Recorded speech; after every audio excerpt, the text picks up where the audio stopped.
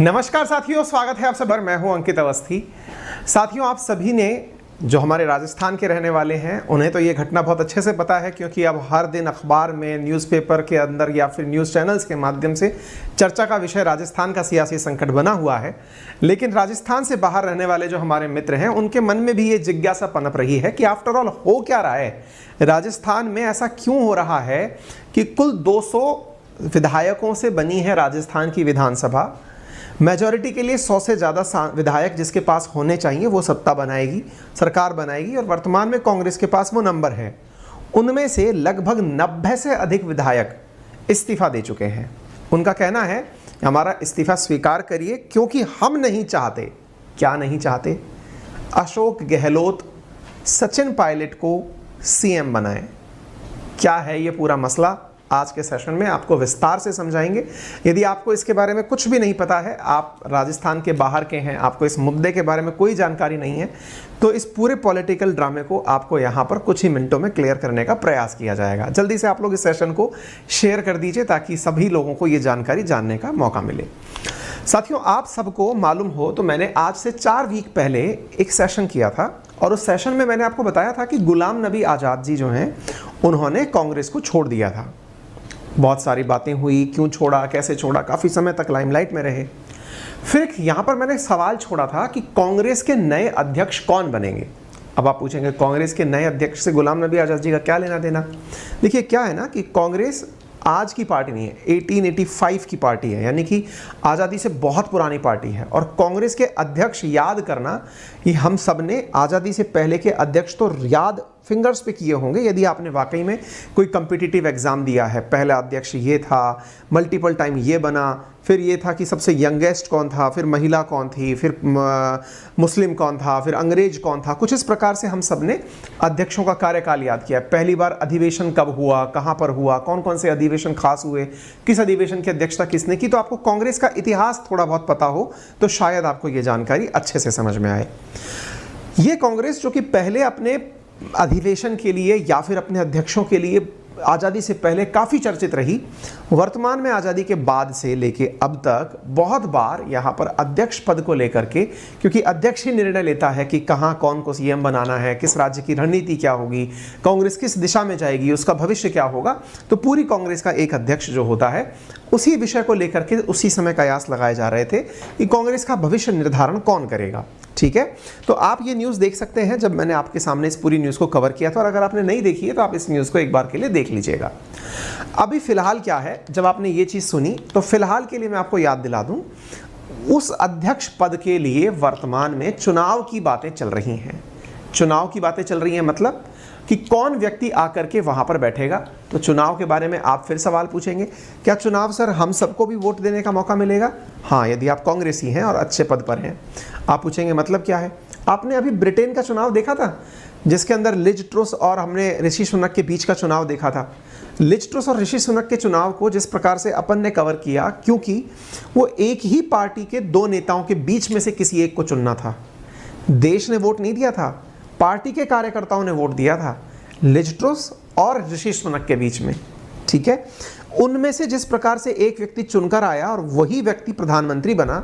हालांकि अपने यहाँ ऐसा नहीं है कि अध्यक्ष पद जो है वही व्यक्ति प्रधानमंत्री बनेगा, लेकिन अध्यक्ष पद बहुत बड़ा पद है और उसी पार्टी के अंदर ही से लोग अपनी पार्टी को नेतृत्व देने के लिए चुनाव में उतरेंगे। ठीक है, तो कांग्रेस के अंदर ही इसकी नामांकन की प्रक्रिया होगी, और वास्तविकता में राजनीतिक पार्टी जब इस प्रकार से नामांकन करवाना, वोटिंग करवाना ये करती हैं, यही इनकी लोकतांत्रिक व्यवस्था है। लोकतंत्र में भी विश्वास इसी से बहाल होता है। तो ऐसी स्थिति में इन्होंने अपना नोटिफिकेशन 22 सितंबर को निकाला कि भाई कांग्रेस के अंदर अध्यक्ष पद का चुनाव होने जा रहा है। इसके अंदर नॉमिनेशंस जो हैं वो 24 तारीख यानी परसों से शुरू हो चुके हैं। 24 से लेकर 30 तारीख के बीच में सितंबर में नॉमिनेशंस की भरने की बात हुई। फिर जो भरे गए हैं उनकी एक बार स्क्रूटनी की जाएगी। उसके बाद में धीरे धीरे ये चेक किया जाएगा कि कोई कैंडिडेट अगर अपना नाम वापस लेना चाहता है तो 8 अक्टूबर तक का उन्हें समय दिया जाएगा कि वो अपना नाम बाहर ले सकते हैं। इसके बाद में जो फाइनल कैंडिडेट होंगे इलेक्शन के लिए, उनके नामों की घोषणा फाइनली जो है वो निकाल करके आपको दे दी जाएगी 8 अक्टूबर तक। फिर चुनाव होंगे 17 अक्टूबर को यदि ज़रूरी हुए तो, क्योंकि पता चले एक ही व्यक्ति बच गया तो फिर चुनाव होने की बात नहीं होती, उसे सर्वसम्मति कहते हैं। 17 तारीख को चुनाव होंगे और उसके बाद में वोटिंग की काउंटिंग होगी और 19 तारीख को अल्टीमेटली रिजल्ट आ जाएगा। ये समझ के चलिए कि 19 तारीख को कांग्रेस को अपना नया प्रेसिडेंट मिल जाएगा। ठीक है, अब यहाँ पर तारीखों को थोड़ा सा गौर से पकड़िएगा। एक तो 19 अक्टूबर को दिमाग में रखिए और दूसरा 24 सितंबर को जो परसों निकली है उसको दिमाग में रखिए। 24 सितंबर को क्यों दिमाग में रखना है? नामांकन यानी कि मैं चुनाव लड़ूंगा ऐसा नामांकन भरने की जो प्रक्रिया है वो परसों से शुरू हो चुकी है। फिर आप पूछेंगे तो किसकी चर्चा चल रही है? तो चर्चा यूं है कि इस कांग्रेस के अंदर देश की आज़ादी के बाद से 70 सालों में जिन लोगों ने मतलब इस पर अध्यक्ष पद कर अपना पद बरकरार रखा वो कांग्रेस का फैमिली ट्री है। यानी कि पिताजी, आप इधर देख सकते हैं, ये नेहरू जी, इनकी बेटी इंदिरा गांधी के बाद में राजीव गांधी जी के बाद में उनकी धर्मपत्नी सोनिया गांधी जी, उनके बाद में राहुल गांधी जी। इन लोगों के पास में 36 साल तक कांग्रेस का अध्यक्ष पद रहा है। यानी कि 70 साल में आधे से अधिक समय तक कांग्रेस का परिवार पद पर रहा है। इस वजह से बहुत सारे कांग्रेस के अंदर ही लीडर्स का एक विरोध सा बनने लगा, जिसको राजनीति में आपने G23 के नाम से भी सुना था। गुलाम नबी आज़ाद जी ने भी यही कह के पार्टी छोड़ी थी। हो सकता है पार्टी के अपने रणनीति हो, अपने विश्वास हो सकता है कि इस फैमिली ट्री में लोगों का बहुत विश्वास हो, क्योंकि सब इलेक्शन जीत करके भी आए हैं, है ना। तो ऐसी स्थिति में इसको देखते हुए वर्तमान में राहुल गांधी जी ने कहा कि मैं चुनाव इस बार कांग्रेस अध्यक्ष पद का नहीं लड़ने वाला। और जब मैं चुनाव कांग्रेस अध्यक्ष पद का नहीं लड़ने वाला तो इसका मतलब साफ है कि वो अपने स्थान पर किसी और कांग्रेसी को एज एन अध्यक्ष पद के लिए बुलाना चाहते हैं। तो आपके सामने अब जो चुनाव आया वो आया इन दो लोगों के बीच में अध्यक्ष पद के नामकरण के लिए। एक चेहरा जो आप देख रहे हैं ये राजस्थान के वर्तमान मुख्यमंत्री हैं, अशोक गहलोत जी इनका नाम है। दूसरे जाने माने चेहरे शशि थरूर जी हैं जो कि दक्षिण भारत से आते हैं। केवल इन दो का ही नाम नहीं अपितु कुल 4 नाम इस समय चल रहे हैं। शशि थरूर जी केरल से, दिग्विजय सिंह जी मध्य प्रदेश से, मनीष तिवारी जी पंजाब से और अशोक गहलोत जी राजस्थान से।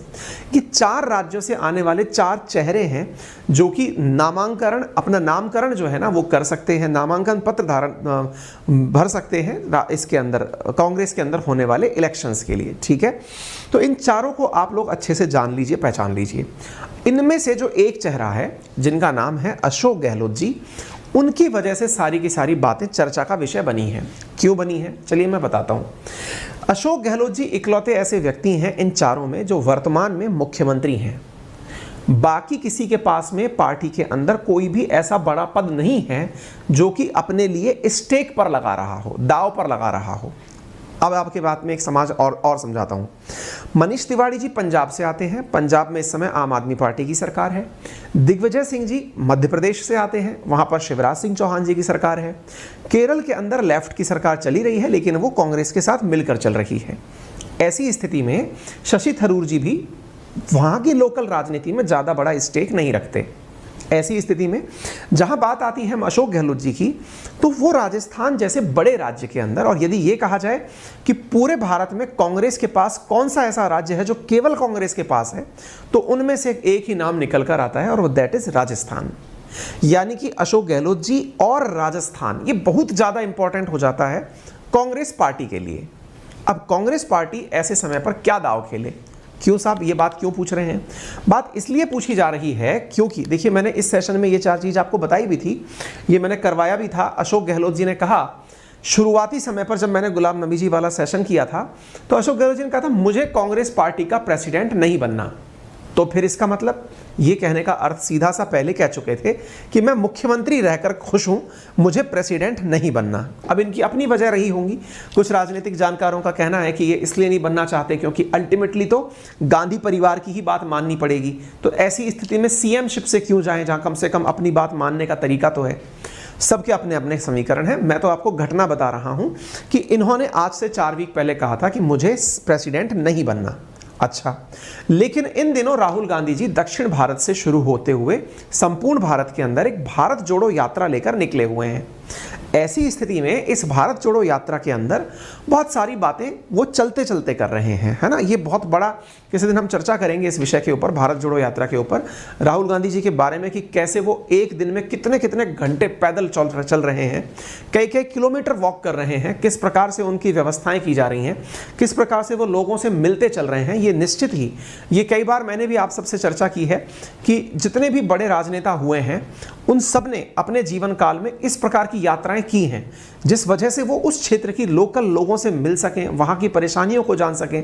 गांधी जी ने भी इसी प्रकार से भारत भ्रमण पहले किया था, इसी प्रकार से दक्षिण के अंदर जो आंध्रा के इस समय सीएम साहब हैं, उन्होंने भी ऐसे ही यात्रा की थी। छत्तीसगढ़ हो या फिर झारखंड हो, सब जगह पर नेता जो हैं वो अपने अपने क्षेत्र की पद यात्राएं, ऐसे ही मुख्यमंत्री जब वसुंधरा राजे हुआ करती थी, उन्होंने राजस्थान के अंदर रथ यात्रा निकाली थी। कहने का मतलब ये है कि या तो कोई पैदल चलता है या गाड़ी पर सवार होकर चलता है, लेकिन जनता से मिलने के लिए करता है। राहुल गांधी जी पद यात्रा के रूप में निकले हुए हैं।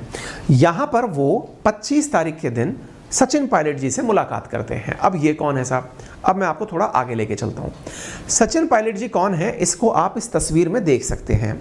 अगर आपको याद हो तो आज से लगभग 1.5 साल पहले की ऐसी घटना है जिस समय, जिसको आप ऑपरेशन लोटस के नाम से जानते हैं, कहा जाता है कि बीजेपी यानी कि एनडीए अपनी तरफ दूसरी पार्टी के विधायकों को और सांसदों को लेकर आने का प्रयास करती है।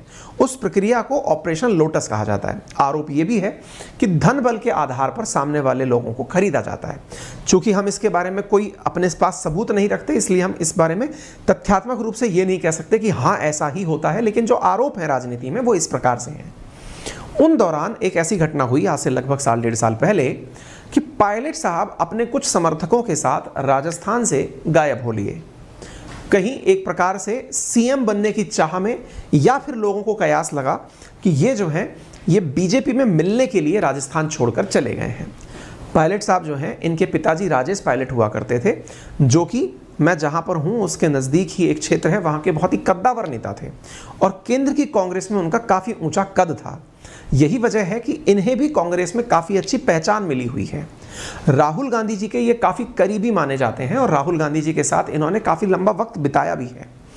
ये माना जाता है कि कांग्रेस जो वर्तमान में राजस्थान के अंदर सरकार में है, उसमें सचिन पायलट जी के द्वारा जो चुनाव प्रचार में भूमिका निभाई गई यूथ को कनेक्ट करने की, वो काफ़ी ज़्यादा थी। इस प्रकार से मीडिया में इस बात की चर्चा होती है। अब ये दोनों नेता जो आपको यहाँ पर दिखाई दे रहे हैं, आपको याद होगा वंस अपॉन ए टाइम आप उप मुख्यमंत्री ऑफ राजस्थान भी रह चुके हैं, जब सीएम साहब अशोक गहलोत जी थे। ये साहब जो हैं, ये किसी कारणवश, अब राजनीति के अंदर की बातें तो बाहर आती नहीं है, लेकिन आरोप है कि ये नाराज होकर बगावत कर दिए। किस बात के लिए? कि मुझे तो सीएम बनना है।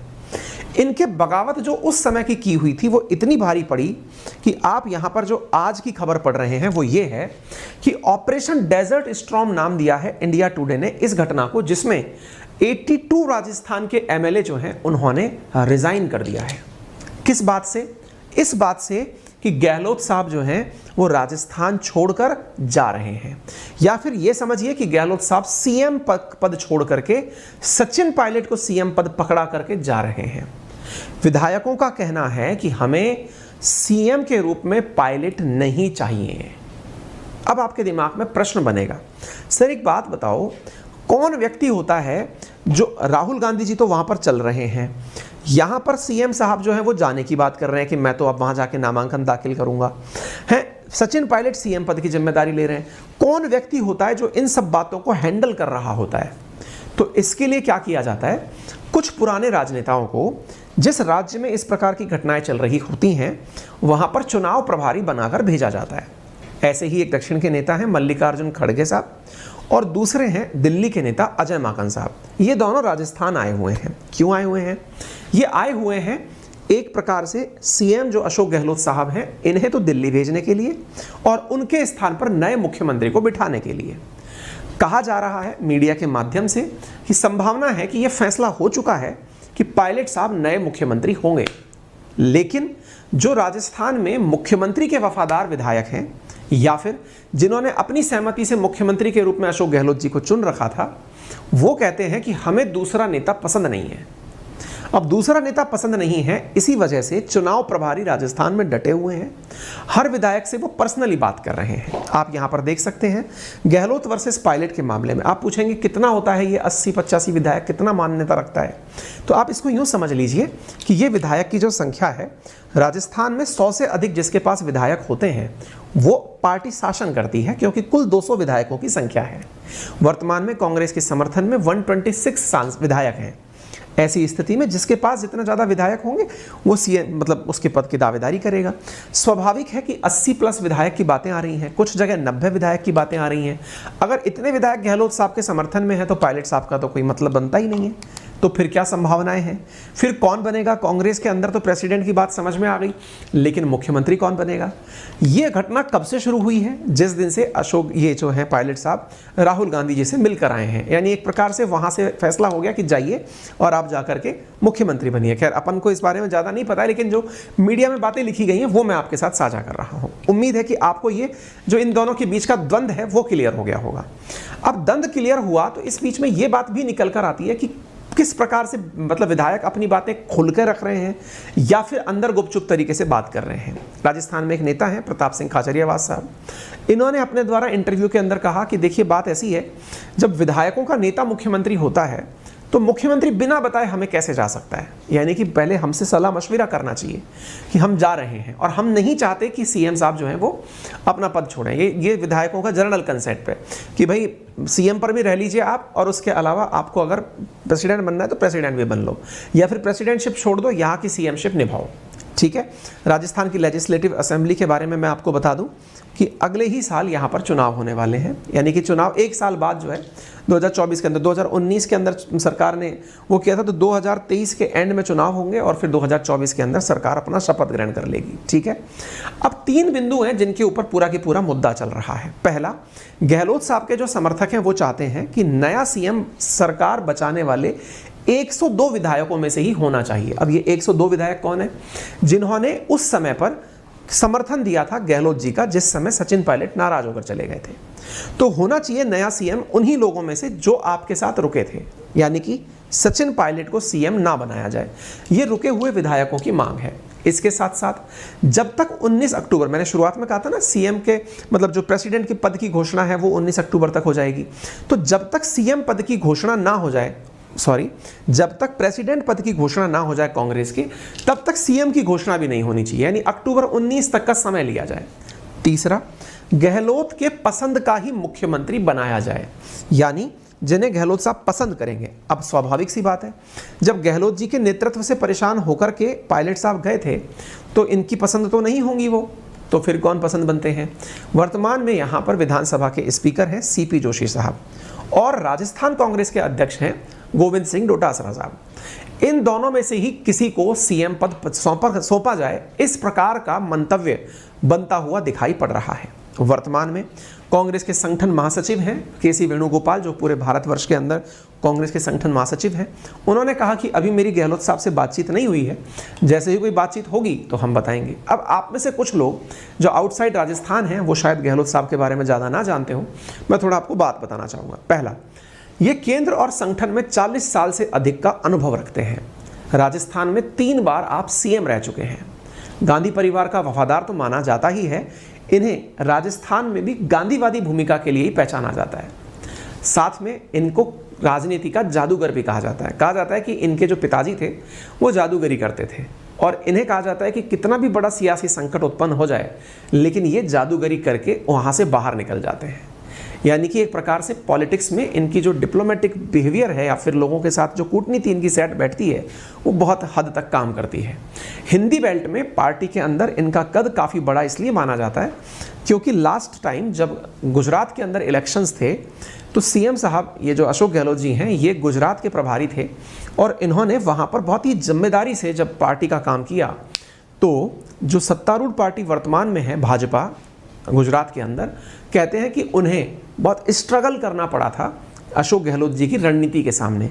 तो इसी वजह से संपूर्ण भारत को इनसे बड़ी उम्मीदें हैं कांग्रेस के रूप में कि यदि ये सीएमशिप छोड़ करके प्रेसिडेंट बनते हैं तो शायद कांग्रेस का रिवाइवल हो पाएगा।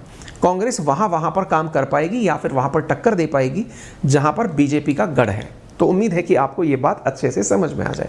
सारे राजनेता अपने अपने द्वारा विधायक जो हैं वो इस प्रकार के एक लेटर पर इस्तीफा लिख करके दे रहे हैं कि साहब मैं अपनी विधानसभा क्षेत्र की सदस्यता से स्वेच्छा से इस्तीफा देता हूं। एक जनरल एप्लीकेशन छाप दी गई है, सारे विधायक इस प्रकार की एप्लीकेशन पर इस्तीफा दे करके जा रहे हैं।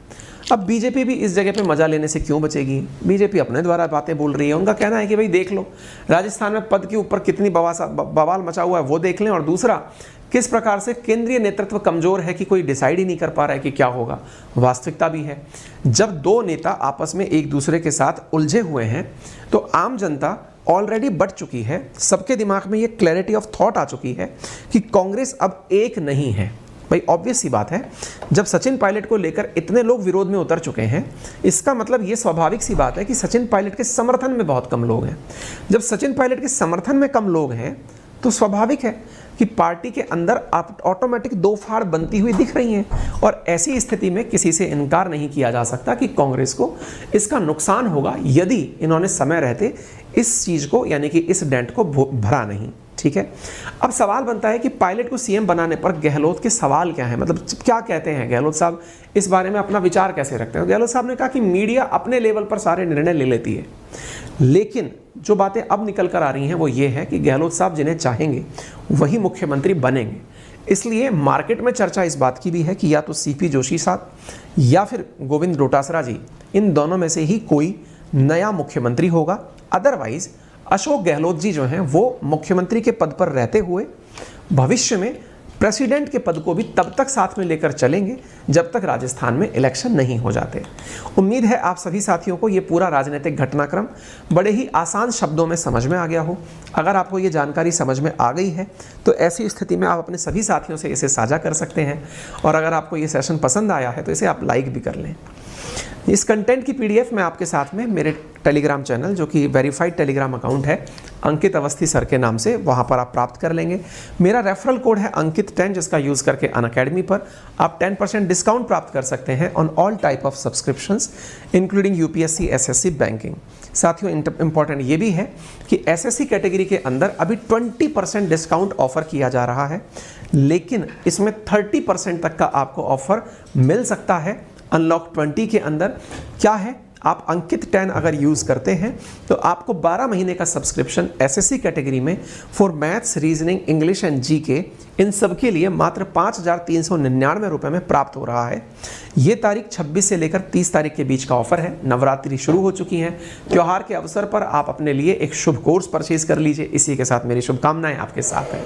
अपना ख्याल रखें, धन्यवाद।